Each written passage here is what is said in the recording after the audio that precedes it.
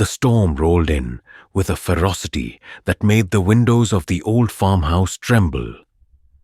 11-year-old Emily Callahan pressed her nose to the glass, watching lightning split the sky into jagged pieces. Her father, Tom, walked into the room, shaking rain off his coat. "Guess what I found at the antique shop in town," he said, his lips curving into a grin that tried to lighten the heavy gloom of the weather. Emily turned, eyes bright. She loved surprises, and with her birthday just a day away, her hopes soared. He reached into a paper bag and pulled out a doll.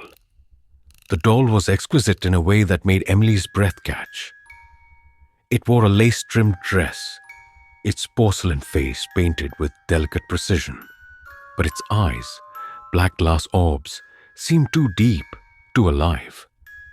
A shiver ran down Emily's spine, though she couldn't say why. "Do you like her?" Tom asked, holding it out to her. "She's beautiful," Emily said, her voice hesitant. She took the doll in her hands, feeling its cold porcelain against her skin. "What's her name?" "The tag just said Maribelle," Tom replied with a shrug. "Thought it might suit her." That night, as the storm raged on, Emily placed Maribelle on the shelf above her bed. She tucked herself under the covers, her gaze straying to the doll's dark eyes. There was something odd about the way they reflected the dim light of the bedside lamp. It felt like Maribelle was staring back at her, unblinking, aware. Emily woke with a start at midnight. The room was eerily silent, no storm, no creaks, just an oppressive stillness. Her eyes darted to the shelf. Maribelle was gone. "Mom? Dad?" Emily whispered into the dark, but the house didn't answer. Then she heard it, a soft, rhythmic tapping, like tiny fingers drumming on wood. The sound came from under the bed. Her heart raced as she sat up, clutching the blanket. "Who's there?" she demanded, her voice trembling. The tapping stopped. The silence returned, heavier now. Slowly, she reached over and turned on the lamp. The light spilled across the floor, and there was Maribelle, sitting upright by the foot of her bed, her black eyes gleaming. Emily gasped and scrambled backward, nearly tumbling out of bed. How did you get there?" she asked, her voice shaking. Maribelle didn't answer, of course. But as Emily stared at the doll, she could have sworn she saw its painted lips twitch. "Emily?" Her mother's voice called from the hallway. The door creaked open, and Sarah Callahan appeared, her face etched with worry. "What's going on?" "The doll. It moved," Emily blurted out, pointing at Maribelle. Sarah sighed and picked up the doll. "Sweetheart, you probably just knocked it off the shelf in your sleep. Look, it's fine. See?" She set it back on the shelf and kissed Emily's forehead. "Get some rest." But Emily couldn't sleep. Hours later, as the first light of dawn crept through her curtains, she heard it again, the faintest whisper, so quiet it could almost have been the wind. It wasn't the wind. It was Maribelle. Emily was exhausted the next morning. She dragged herself to the breakfast table, where her mother was flipping pancakes and her father was sipping coffee. The doll sat at the far end of the table, propped up in a chair like it was part of the family. "Did you put her there?" Emily asked, her voice tight. Sarah turned, spatula in hand, and glanced at the doll. "No, I thought you might have." Tom chuckled. "Maybe she's got a mind of her own, huh?" He winked, but Emily didn't smile. Emily spent most of the day in her room, her unease growing. She tried to distract herself with her sketchbook, but her eyes kept drifting to Maribelle, who sat perfectly still on the shelf. The storm from the night before had left the air heavy, the house creaking under its weight. When Emily's best friend, Sophie, came over that afternoon, Emily felt a flicker of relief. Sophie's chatter always made the world seem less frightening, but the moment Sophie saw Maribelle, her face fell. "That doll is creepy," Sophie said bluntly. "Where'd you get it?" "My dad bought it at some antique shop," Emily replied. "It's supposed to be special or something." Sophie frowned and leaned in closer to the doll, studying its face. "I don't like the way it's looking at me," she muttered. "It's like it knows something." Emily shivered. "You feel it too?" "Feel what?" Sophie asked, straightening up. Emily hesitated. "Like it's alive." Sophie stared at her for a moment, then laughed nervously. "Okay, Em, you're freaking me out. Let's go outside or something." The girls left the room, and for a while, Emily felt lighter, the doll forgotten. But as the sun dipped below the horizon and the shadows stretched long, the sense of unease returned. When Sophie left, Emily stood in the doorway, watching her friend's bike disappear down the street. As she closed the door and turned back to the living room, she froze. Maribelle was there, sitting on the couch. "Mom? Dad?" she called out, her voice rising. No answer. She approached the doll cautiously, her pulse pounding in her ears. She hadn't moved Maribelle. No one had. A low creak echoed through the house and Emily spun around. The sound was coming from the hallway leading to her bedroom. "Stop it," she whispered, her voice trembling. "This isn't funny." The hallway was dark, the shadows swallowing everything beyond the reach of the living room lamp. Then, faintly, she heard it again. That whisper, soft and insistent.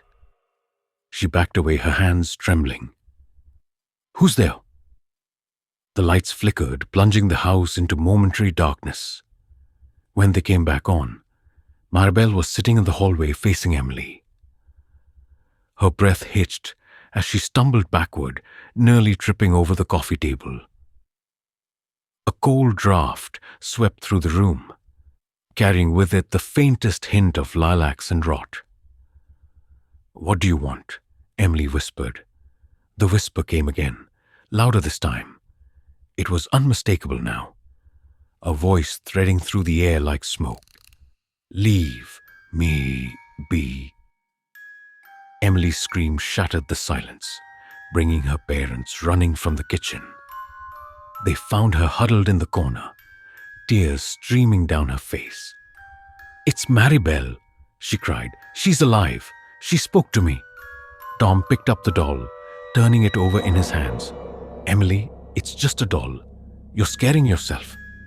"No, she moved," she whispered, Emily insisted. Sarah knelt beside her, pulling her into a hug. "It's just your imagination, sweetheart," she said softly. But as she held her daughter close, her eyes flicked to the doll. For the briefest moment, she thought she saw its lips curl into the faintest of smiles. By the third night, Emily refused to sleep in her room. She dragged her blankets into the living room and curled up on the couch, keeping every light on.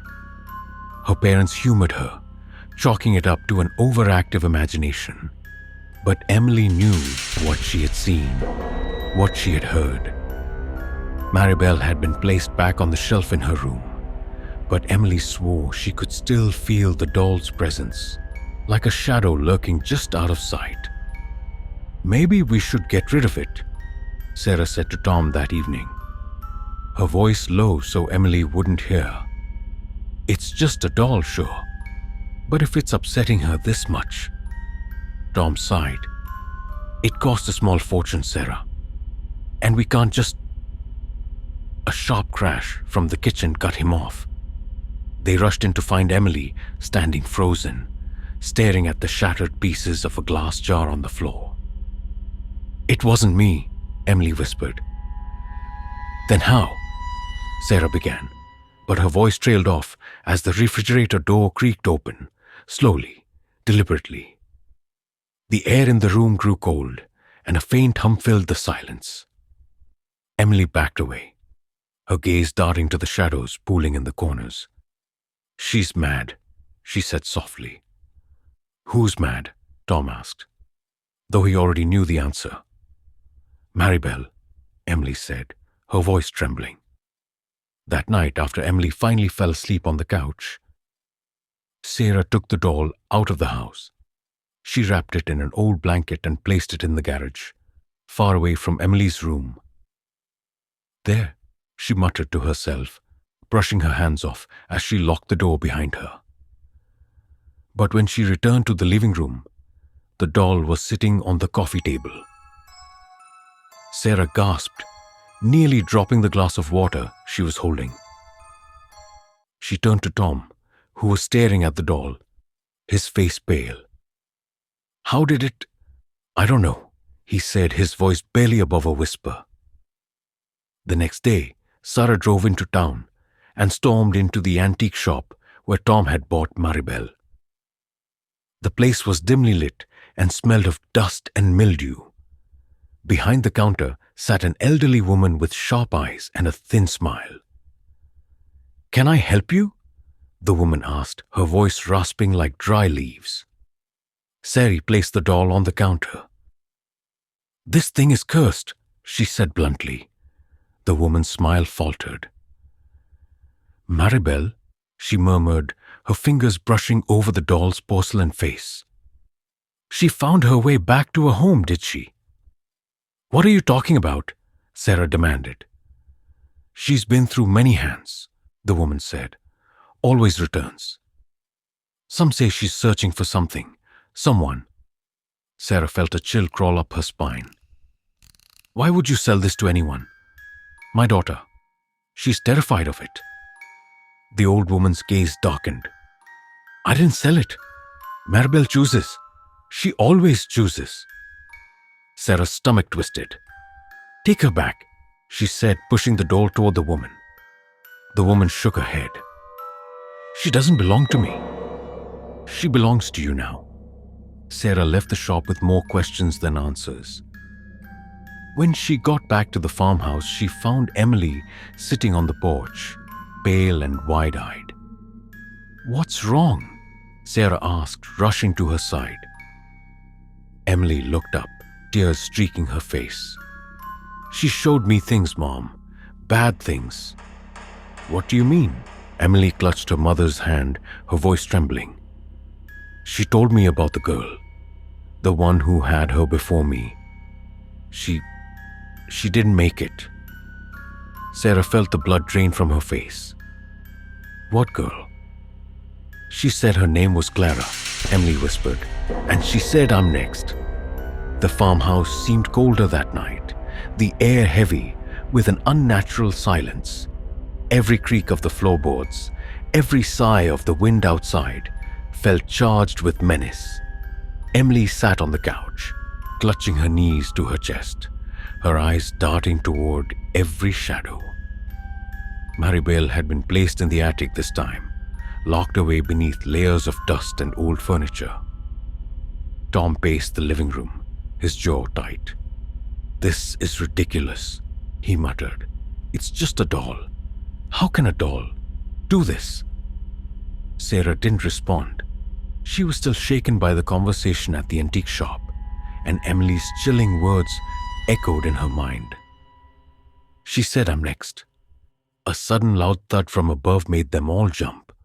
It was followed by a slow, dragging sound, as though something heavy was being moved.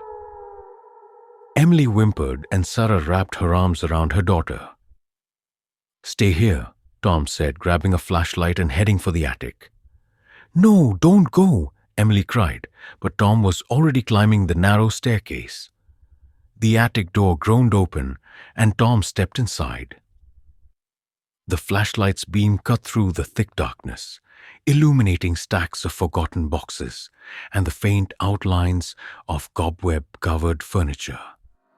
Maribelle sat in the center of the room, upright and pristine despite the dust surrounding her. "Enough of this," Tom growled, striding toward the doll. But as he reached out to grab her, the flashlight flickered and died. The room was plunged into darkness. Then came the whisper, soft, insistent, and chillingly close. Leave. Tom staggered back, his heart pounding. He fumbled with the flashlight until the beam sputtered back to life. The doll was gone. Tom? Sarah's voice called from below, panic rising. I'm fine, he shouted, though his voice trembled. I'm coming down. As he descended the stairs, the lights in the house began to flicker violently. The temperature plummeted, and Emily screamed. Sarah turned to see Maribelle sitting on the couch beside her daughter, one porcelain hand resting on Emily's shoulder. No! Sarah lunged forward, grabbing the doll and throwing it across the room. It hit the wall with a sickening crack, but didn't break. Get her out of here, Emily sobbed, her face buried in her hands. We have to destroy it, Sarah said, her voice shaking. Tom nodded, grabbing a hammer from the tool chest. He placed Maribelle on the ground, raising the hammer high. But as he brought it down, the lights surged, blinding them all in a flash of white. When the light faded, Maribelle was gone. Emily gasped, pointing to the front door. It was wide open, swinging on its hinges. The three of them stood frozen, staring into the dark night beyond. Is it over? Emily whispered. Sarah pulled her daughter close. I don't know. For days, the family lived on edge, waiting for Maribelle's return. But the doll didn't come back. The house grew quiet again, though the unease never fully left. Weeks later, in a town 2 states away, a young girl walked into her bedroom to find a beautiful porcelain doll sitting on her bed. Its black eyes gleamed, and its painted lips curved into the faintest of smiles.